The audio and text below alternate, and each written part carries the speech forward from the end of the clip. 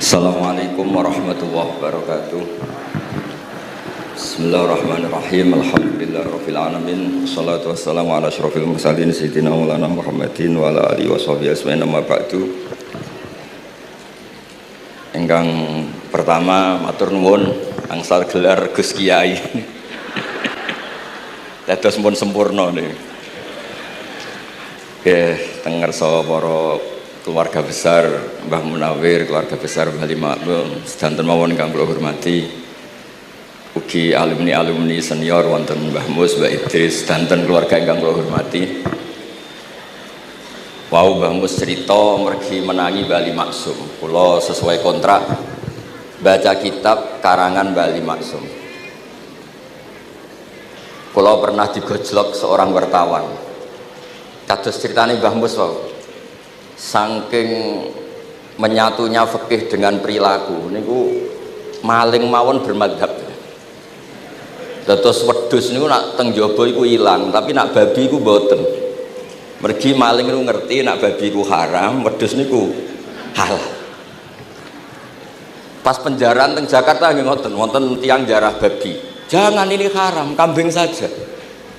Jadi saking menyatune pendidikan Islam niku maling mawon tesih gadah madhab. Dinak nyolong niku wedhus mergi halal, ampun nyolong napa? Babi. Niku kisah nyata, kula nate dolan teng daerah mriki. Kenapa ini di luar kalau itu di dalam? Oh, kalau ini di luar enggak ada yang nyolong, Gus. Tapi kalau di mergo sing njaba niku babi, sing njero wedhus. Mergo jare malinge tesih bermadhab. Terus memang cerita-cerita seperti itu kathah mboten sekedar anekdot. Sementing kalau badhe cerita tentang dzurriyyah-dzurriyyahipun Bali Maksum wonten sing nom-nom lah sing kula wani ngandani wonten Mas Hilmi, wonten Mas Zaki, wonten sedanten Mas Afif. Kenapa kitab itu harus dibukukan, harus didokumentasi, dan kenapa Bali Maksum menulis Hujjatu Ahli Sunnah wal Jamaah? Kula boten niat pamer, kula niki pembaca Al-Ibris, pembaca Al-Iqlil, pembaca risalahnya Bali Maksum Hujjatu Ahli Sunnah wal Jamaah. Saya juga baca buku-buku karangan orang-orang dulu, terutama tiang Indonesia. Karena Mbah Mun sering pesen wa ma arsalna mir rasulin illa bilisani qaumi. Jadi orang itu jadi rasul itu pasti dengan gaya atau budaya masyarakatnya. Termasuk wau wong desa niku hormat tamu. Nah ning kota niku bentuk hormatnya beda. Mulane wonten kiai desa muni fal yukrim jarahu iku nak ketemu tonggo takok, nak ora takok sombong. Nak kiai kota walian, nak ketemu tonggo aja takok, iku ganggu privasine wong. Dados makna ikram tetap, tapi implementasinya bilisani qaumi. Orang kota itu kalau sering ditanya itu mesti protes karena privasinya terganggu. Tapi kalau di kampung itu suka ditanya karena itu dianggap keramahan. Makanya kula niku termasuk orang yang jarang bertamu. Mergi kula gadah trauma kalian kakakipun Gus Yofur Gus Kamil. Beliau berkeyakinan silaturahim sae. Dolani alumni. Bareng didolani assalamualaikum matur nuwun Gus rawuh. Niku alumni niku ilang awan-awan Gus. Mergo kepengin hormat nyembelih ayam, ayame jek dolanan. Pitik itu teng desa kan pacare kuwathas, golekane angel. Bar salam niku ilang sampai sak jam. Bale runtusen, pitike mboten kecekel. Akhirnya ngapunten Gus mboten saged hormat, ngapunten mboten saged hormat. Itu bukti bahwa implementasi syariat Rasulullah itu juga harus dipikir. Ojo pepe seneng silaturahim, santri alumni melarat kerja teng pabrik jam 09.00 didolani. Akhirnya mikir, sitok kiaiku, sitok bosku. Nak hormat kiaiku diamuk bosku, nak hormat bosku gak hormat kiaiku. Hal-hal seperti ini kemudian melahirkan satu kearifan setiap kiai di era masing-masing. Terus kula mboten berargumentasi membela diri niku mboten, tapi memang bapak kula kesaksiane Mbah Mus, beliau teman bapak kula niku seneng silaturahim. Terian bapak sering dawuh teng kula. Sok kowe ya ora kaya aku. Mbah Mun sering dawuh teng kula, kowe ya aja kaya aku, wong beda zaman. Karena tadi dolan ning santri sing mboten enten, assalamualaikum terus ilang ngejar pitik awan-awan. Pitike nggih macam-macam kegiatane pitik. Intine mboten kecekel. Kemudian niki teng kanca-kanca teng adik-adik sing hafid sing hamalatil Quran. Kula pesen belajar niku nggih, belajar sisi belajar itu harus cari sisi ekstrimnya. Kalau bolak-balik matur di berbagai kesempatan. Wow, kekhawatiran Mbah Mus kalau ada orang hanya kembali ke Quran itu memang bahaya sekali. Bayangkan kalau ada orang misalnya hanya mengharamkan al-jam'u bainal ukhtain, karena itu yang disebut Quran wa antasma'u bainal ukhtain. Jadi yang haram itu menikahi kakak dan adiknya, adik dan kakaknya sekaligus. Di situ tidak ada penjelasan perempuan dan budenya, perempuan dan mbahnya. Kemudian zaman Nabi Sugeng hanya ditambahi wala binal mar'ati wa ammatiha, wala binal mar'ati wa kholatiha. Dan tidak boleh menikahi perempuan pesbuliknya atau budenya. Nabi sempat melarang. Karena kula sebagai lelaki niku jek masuk lah. Misalnya bojone jenengan umur 17 tahun, bulike umur selawe 17 jek mungkin masuk lah dalam definisi biologis itu masih masuk. Dan Nabi tidak pernah menambahkan wala binal mar'ati wa jaddatiha. Karena kalau istri kita umur 20, banyak mungkin umur 70. Itu kira-kira nggak usah dilarang, ya orang kepikiran. Ini orang kepikiran ya rodok sableng. Nah, kemudian kalau hanya kembali ke Quran, nanti kita hanya mengharamkan al-jam'u bainal ukhtain, karena itu yang disebut Al-Quran. Wa antasma'u bainal ukhtain. Lalu lahirlah pakar-pakar balaghah. Itu disebut min itlaqil ba'di wa iradatil kul, yang disebut ukhtain tapi maknanya bainal mar'ataini sing bainahuma ada mahram atau ada mahramiyah. Antasma'u al mar'ataini sing bainahuma mahramiyatun. Jadi barokahnya ngaji sama ulama itu kita tahu duduk perkaranya. Ini lafadz yang mewakili atau lafadz yang sebenarnya atau lafadz yang simbolis. Lafadz simbolis itu saking mangkelnya Allah. Itu kalau ada orang salah itu disebut wa ja'ala minhumul qiradata wal khanazira wa abadat tauhid. Jadi kalau misalnya dalam penelitian tidak pernah ada orang yang dirubah Allah menjadi kera, menjadi babi, itu kita masih bisa menganalisis itu saking ibaratun an ghadabillah, atau diistilahkan balaghah ini tasbih yang balik sehingga ada itu tasbih dibuang. Jadi kalau orang Arab seneng seseorang masih bilang Zaidun kal bakhri, tapi kalau seneng banget bilang Zaidun bakhrun. Kalau gantengnya belum ganteng banget masih dibilang Zaidun kal badri, tapi kalau sudah ganteng banget kayak Rasulullah SAW disebut anta samsun anta badrun, kaf taswihnya dibuang, dan itu ablag lebih balik. Jadi PR kita sebagai ahli Quran ini adik-adik itu tidak selesai, utamanya ya implementasi keseharian kita sebagai panutan lah, kalau boleh GR sebagai panutan.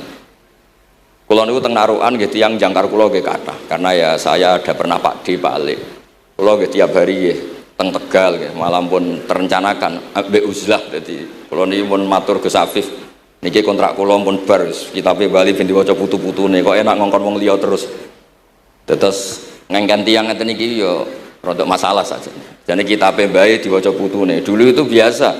Taqiyuddin As-Subki ngarang kitab disarai putrane. Dulu itu biasa. Imam Haromen ngarang kitab, ya semuanya bapak ngarang disarai anaknya, anak ngarang disarai cucunya, itu biasa dulu.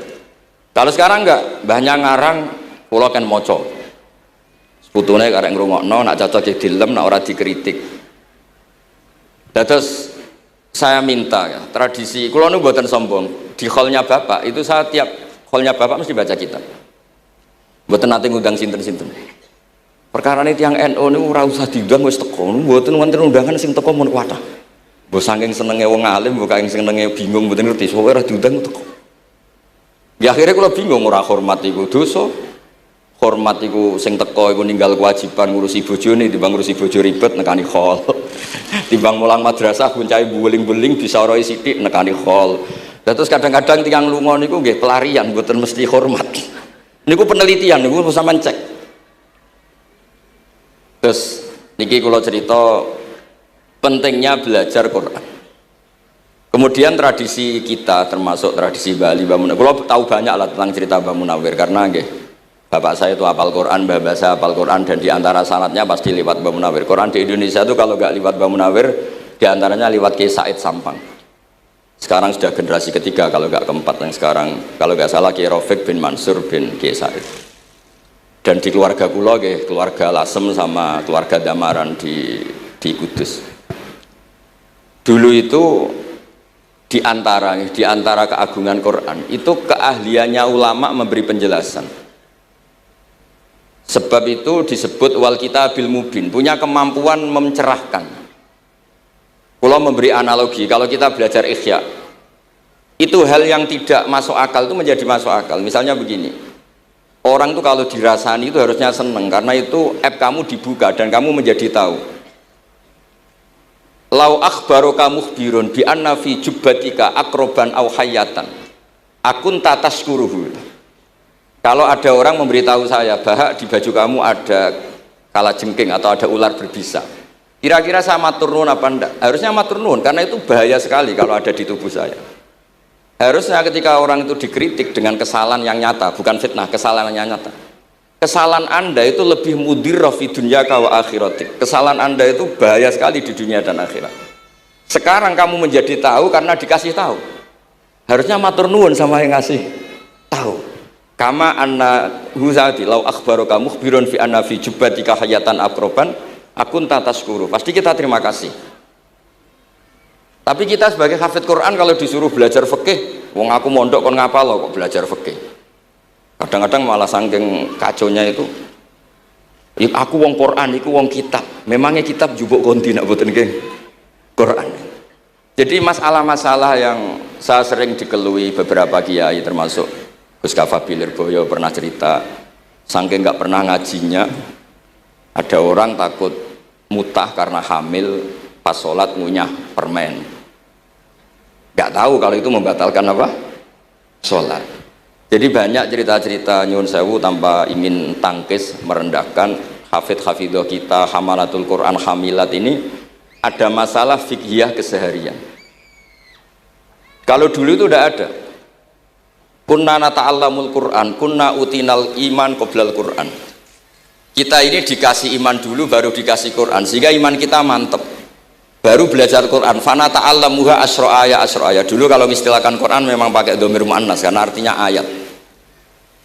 Terus dan kita tidak beralih hatta nata'allama halalaha wa haramaha. Dan kita tidak beralih sebelum tahu halalnya mana, haramnya mana. Ini penting karena ada hal-hal yang sifatnya itu fatal kalau tidak ngerti. Misalnya tafsir. Itu ada ayat wa min thamaratin nakhili wal a'nabi tattakhiduna minhu sakaron.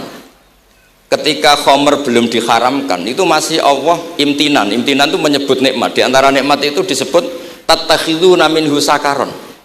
Kamu itu kalau punya buah anggur bisa agak-agak ngefly dan itu bisa melupakan problem Anda. Kemudian ketika perang itu orang Islam itu sadar, yang orang kafir itu agak sakau, agak sakaron, kalah dia pede, yang orang Islam gak pede karena sadar. Akhirnya masih ada jawaban kul fi ma itsmun kabir wa manafi'u linnas, masuk terus kendel. Akhirnya ya sama-sama agak ngefly, sebagian ya tidak semuanya. Sehingga haramnya khomer itu sampai 3 kali periode. Nah, pernah haram hanya kalau mendekati sholat, la taqrabus sholat wa antum sukaro. Tapi kalau mau sholat duhur ya nyakonya itu jam 7. Jangan setengah 12, nanti masih kuliah ayyuhal kafirun a'budu ma ta'budun wa antum abiduna ma abud. Karena peristiwa itu baru terakhir diharamkan tanpa catatan. Nah hal-hal seperti ini misalnya saya ini Mbah Mus sering ngendikan, Pak Kures juga sering ngendikan, saya tidak percaya terjemah, kata Mbah Mus. Ya karena kalau terjemah itu berdiri sendiri, ada ayatun mansukhoh atau ahkamun sing mansukhoh atau hukmun sing mansuh. Kebetulan anak ini belajar yang mansuh, dia tidak ngerti nasihnya, yaitu terus dipegang, katanya memegang Al-Quran. Padahal hukum itu sudah diganti sama Allah Ta'ala, disebut nasah mansukh. Sehingga dulu kalau Sayyidina Ali ngecek beberapa masjid, ada guru atau ustadz, kamu pengajar Quran? Iya. Apakah kamu ngerti nasah mansukh? Enggak. Jawabnya Sayyidina Ali, halakta wa ahlakta, kamu sendiri rusak dan kamu merusak orang lain. Nah, ketika di Kerapia itu ada Mbah Ali Maksum, Mbah Maimun itu sering cerita ke saya, dhisik iku hak Mbah Munawir saking kepingine santri Quran yang ngaji kitab. Iku kalau ada santri Lirboyo atau santri mana mulang muin itu Mbah Munawir ikut sebagai percontohan ben santri-santri itu seneng ngaji fikih. Terus kata Mbah Mun, saking kesemseme Mbah Munawir iku ambek wong alim, delalah pisanan wong alim.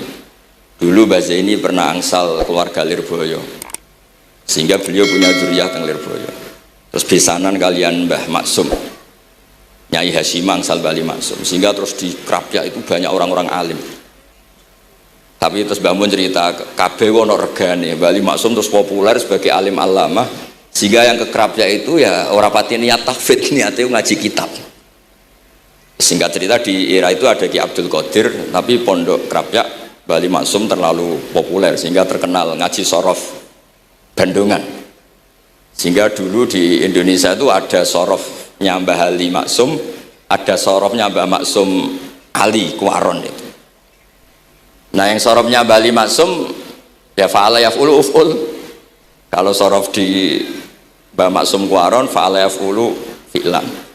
Yang satu ngikuti fi'il itu ya harus jejer fi'il, yang satu ngikuti jurumiyah. Kalau yang dikatakan master itu sing yaji'u salisan, yang datang ketiga dalam tasrifnya fi'il. Sebab itu terus tradisi sorof tadi yang dalam apa itu latihan munakosah tadi ditaskan anak-anak itu memang penting, karena kalau kita nanti belajar sab'ah, sorof itu segala-galanya. Misalnya qiraatun Nafi' itu bacanya fala yuhzinka qauluhum, karena beliau berkesimpulan kalau khazana yahzunu husnan itu susah, bukan menyusahkan. Yang makna menyusahkan itu af'ala yuf'ilu ifalan, sehingga qiraat sab'ah ya antara fala yuhzinka qauluhum sama fala yuhzinka qauluhum. Tapi Imam Asim cara berpikir secara riwayat, tentu qiraah itu sunnatun mutaba'ah. Banyak lafadz yang sudah seperti itu sudah mutaaddi, kayak qatala yaqtulu qatlan itu qatalahu bukan aktalahu.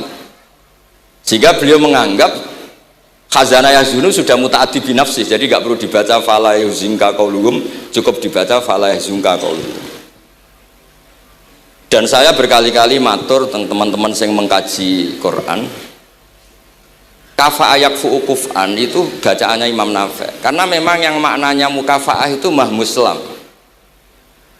Tapi orang Quraisy itu nggak suka hamzah, sehingga ditakhfif menjadi kafa ayak fa'ukufuan, meskipun mereka tahu kalau itu mahmuslam. Nah Imam Asim di beberapa bentuk fi'il itu masih memahmuskan, misalnya Allahu yastahzi'u bihim, di isim fa'il juga mustahzi'un. Tapi kalau masdar beliau bacanya huzuan, kufuan. Padahal di fiilnya bukan nabiun, tapi nabi ibadi anni anal ghafurur rahim. Tapi di nabiun jadi nabiun, harusnya kan nabiun. Fa innan nabiyya man naba'anillah. Yang dikatakan nabi itu orang yang menceritakan ketentuan Allah. Harusnya nabiun. Jika qiraatun Nafi' ya tetap wan nabiin, ya ayyuhan nabiu. Nah, berkahnya Mbah Munawir orang terus menjadi tahu qiraah sab'ah, dan berkahnya Mbah Ali kemudian orang tahu duduk perkaranya kalau nabiun dari nabiun bimakna man akhbaro anillah. Dan terus berkahnya wow, kalau saya boleh GR berkah Gus Gofur kula berkah ngeten-ngeten iki duka Kiai Peres napa Kiai Media mboten roh. Berkah ini terus kula ngomong terus. Saya tidak khawatir salah, bukan karena saya maksum ndak. Wong Islam pun pinter. Nak bener minallah, nak salah kok Gus Bah. Jadi kula niku madlum. Jadi penak wong Islam niku penak. Kula niku sering tahajud nak ndonga ya Allah, kula niku pede mawon nerangno Quran. Mergo tiyang Islam pun sae. Nak bener jare jenengan, nak salah kula. Lah nak kula sing salah nggih sederhana mawon, kula abdun, kula kawula, kula nak ndonga nggih Rabbana dzulamna anfusana. Sebelum disalahkan orang juga saya sudah merasa salah. Wa akharuna atarafu bi dzunubihim khalatu amalan sholihah wa akharuna wa sayya. Mulane kula suwun kangkang mbak-mbak sing khatam Quran pede mawon bahwa yang anda lakukan menghafal Quran itu sudah benar, meskipun anda tidak sempurna, misalnya anda tidak faham, anda tidak bisa melakukan. Khifdhu kalil Quran huwa al khifdullah, kamu menghafalkan Quran itu sudah menjaga lafaz-lafaz Quran, sehingga lafaz Quran tetap mutawatir, lafaz Quran tetap ma'ruf, tetap masyhur, sehingga ketika ada yang memasukkan Quran konangan. Tapi kalau yang hafid sedikit lam yablugh adadat tawatur, takutnya kalau ada yang menyalah, ada yang apa itu tidak diketahui. Ini barokahnya hamalatul Quran sing aksar wa aksar itu kita terjaga. Nah itu yang dimaksud Mbah Mus, Quran itu harus jadi budaya. Ning desa itu wong ra salat lah, dengar ada warung ayamnya tiren nggak disembelih itu tidak mau makan, haram. Padahal dia ini rasolat itu lebih dari haram. Tapi itu nggak mau makan ayam tiren. Nggak sholat disuruh makan babi ya nggak mau, haram. Sampai tadi yang nyolong saja milih wedus bukan meleng babi, karena babi itu haram. Dan saya pernah digojlok sama wartawan, Pak Bahak, wah fikih Indonesia itu hebat, sampai maling saja masih pakai fikih itu. Jadi kalau nyolong itu milih yang halal bukan yang haram. Pun itu bentuk hormat kula teng keluarga Mbah Ali, bentuk hormat kula teng Mbah Mus teng sedanten keluarga niki kula badhe maos kitabipun Mbah Ali. Kula pancen pengagum kitab-kitab yang dikarang orang Indonesia. Mereka kita anggap niku lebih aplikatif lah, karena dikarang orang yang trauma dengan Indonesia. Kemudian setelah trauma ingin membenahi Indonesia. Misalnya jenengan ngertos sesajen, mbok haramno iku tradisi, mbok barno iku sawangane kok dekati sirek ning pinggir wit gede. Akhirnya dimodifikasi wis mangan-mangan, kumpul-kumpul tapi tahlilan. Lah masuk tahlilan la ilaha illallah barani kalimatu syirkin. La ilaha illallah itu kalimatu syirkin kalau dilafatkan di bawah pohon. Terus piye logikane ku piye? Kalau bolak-balik matur. Hadil kalimah sara bihal kafiru mu'minan. Fa kaifa saral mu'minu kafiran juga bihadil kalimah, itu logikanya enggak ketemu. Orang yang kafir puluhan tahun saja sekali melafatkan la ilaha illallah Muhammadur Rasulullah, qul lil ladzina kafaru iyantahu yufar lahum ma qad salam. Selesai, sara mu'minan. Bihadil kalimah. Kemudian kalimah yang sama ketika kita baca dianggap kita ini kafir juga biadil kalimah. Akhirnya dengan modifikasi khas Indonesia, kearifan Indonesia, tetap sesajen tapi tahlilan, tetap melakukan hal-hal Jawa tapi dimodifikasi menjadi Islami. Kalau kita misalnya orang modern nggak ingin mengganggu orang lain yang kita tamui, gampang dalilnya. Ada ayat la tadkhulu buyutan ghaira buyutikum. Kamu jangan sowan ke orang lain atau dolan ke orang lain. Hatta tastanisu. Ukurannya bukan salam dulu, bukan hatta tusalimu, hatta tastanisu. Jika kamu merasa nyaman, kamu bisa ngukur tingkat akrab kamu. Kamu bisa ngukur jamnya orang itu. Kamu bisa ngukur kebutuhan orang itu. Butuh saya ndak? Kenapa mertamu pengen kayak duit bebas jam? Atau kamu orang cantik yang kamu tamoni sing seneng kue bebas jam? Tapi aku apa nagih hutang, mertamu orang yang kamu tagih itu mesti kamu dianggap problem. Atau mertamu orang yang nggak akrab di jam istirahat, tentu kita dianggap problem. Makanya ukurannya Quran tuh hatta tastanisu, kamu merasa nyaman. Istiqnas itu nyaman, enjoy. Kayak saya dolan di Besofur kan akrab mulai kecil teman saya, mungkin bisa ngabaikan jam. Tapi kalau saya dolan di kiai yang nggak kenal saya, mungkin kedatangan saya dianggap problem karena di jam tertentu. Saya harus mikir, kayak apa hebatnya Quran ketika bikin aturan la tadkhulu buyutan ghaira buyutikum hatta tastanisu. Setelah nyaman nggak apa-apa waktu salimu, jangan salam dulu. Istiqnasnya nggak kena, salamnya geger. Akhirnya banyak kiai keselak. Assalamualaikum pas makan, nggak dijawab. Assalamualaikum. Nah hal-hal seperti itu harus santri-santri ini kalau niat ngandani lari-lari, bukan niat ngandani kiai-kiai, harus waqafil qalb, harus warrasikhuna fil ilm. Tahu betul kualitas hatta tastanisu. Kamu itu merasa nyaman istiqnas. Kemudian rasa nyaman ukurannya apa ya? La doror wala diror. Kamu tidak ganggu diri kamu sendiri, juga gak mengganggu orang lain. Sehingga setelah itu semua baru watu salimu ala ahliya. Nah, andai kan kita ya tadi dawe Mbah Mus, kita semua sudah seperti itu. Kalau bertamu di orang ya kita ngukur tingkat akrab kita, tingkat dibutuhnya kita. Sehingga di tradisi NU itu ya dolan kiai pendak diundang karena itu pasti diinginkan. Wong kula nate diceritani pernah misanani Mbah Mun. Kula nate Gus ditiliki Mbah Mun mboten seneng. Kena apa? Beliau pas khutbah Mbah Mun rawuh delalah Mbah Mun jarak salat ning saf awal. Bar niku tiyange meruntus meriang. Karena khotib tuh harus naik ke mimbar kudu ngandani takwa usikum wa nafsi takwa. Teng isore niku Mbah Mun. Walhasil terus loro terus wan yai. Mbah, nak dolan nggih dikira-kira, ampun pas Jumatan. Semenjak niku Mbah Mun Mbah Sahal nak Jumatan teng mburi. Mbah Sahal itu kalau Jumatan itu sudah komat gelar, beliau keluar dari mobil serenane itu miyos terus sholat terus kundur. Kalau dulu ya janggal iki wong alim alama nak sholat kok mburi. Ternyata itu nggak ingin jadi problem bagi khotib.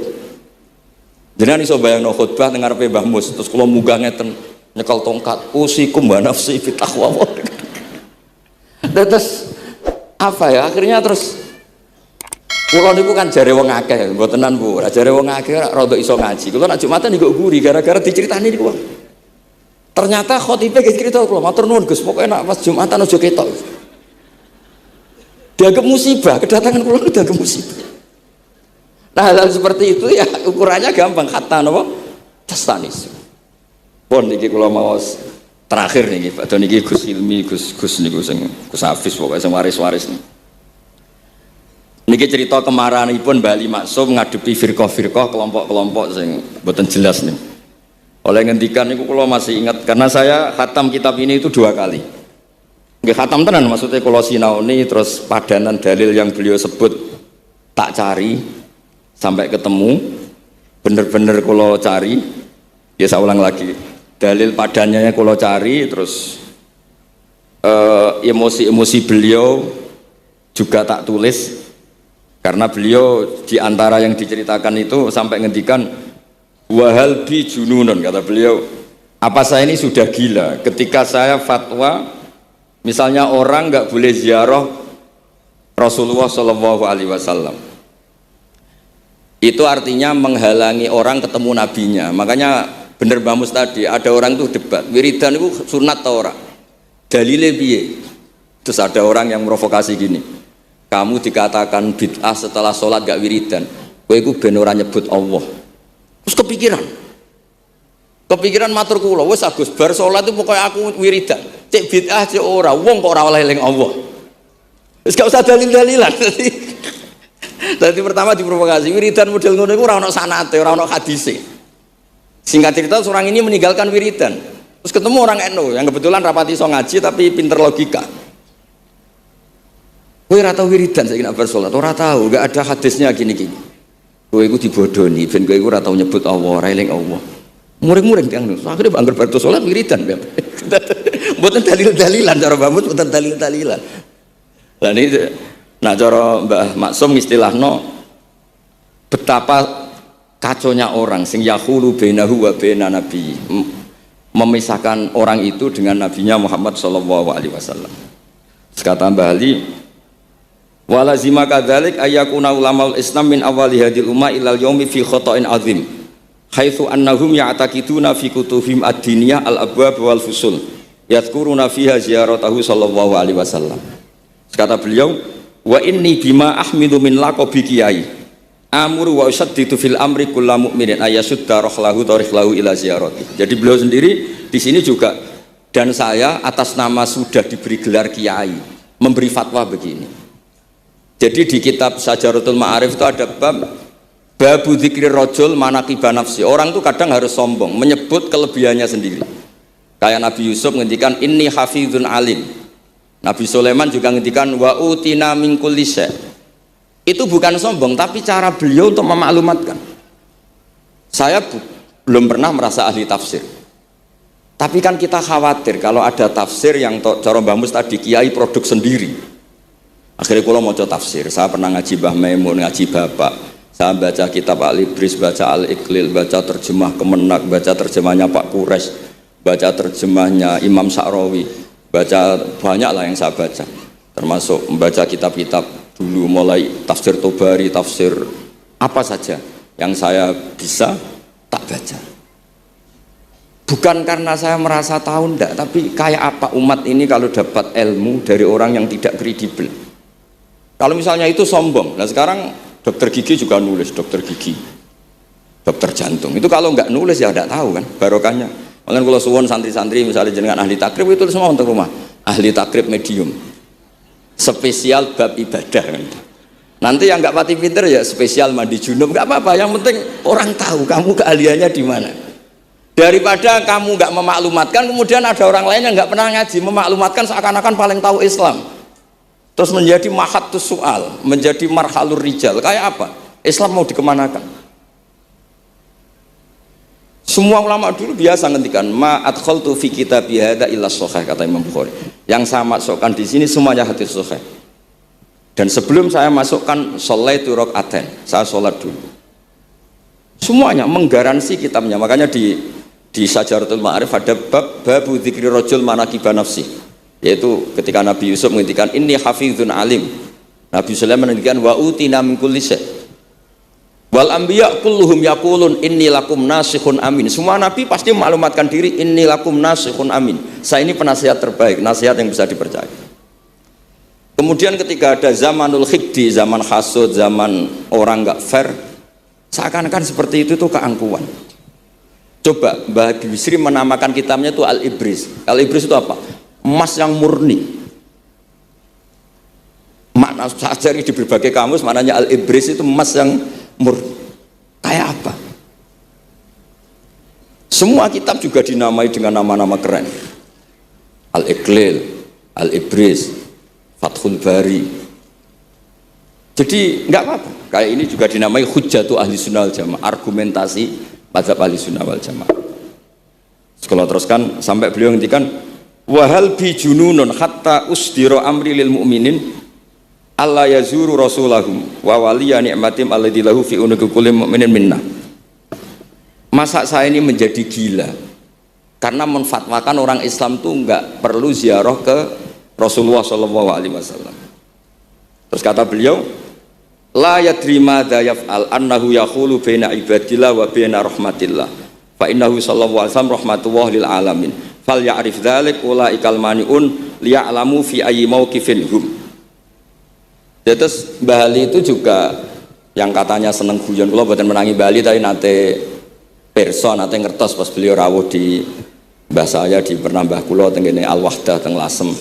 Di kula kecil tuh menangi Mbah Ali, menangi Mbah Hamid. Karena Mbah Hamid itu masih sepupu mbah saya. Semua yang di sini juga masih keluarga saya, sama-sama Bani Abdul Aziz.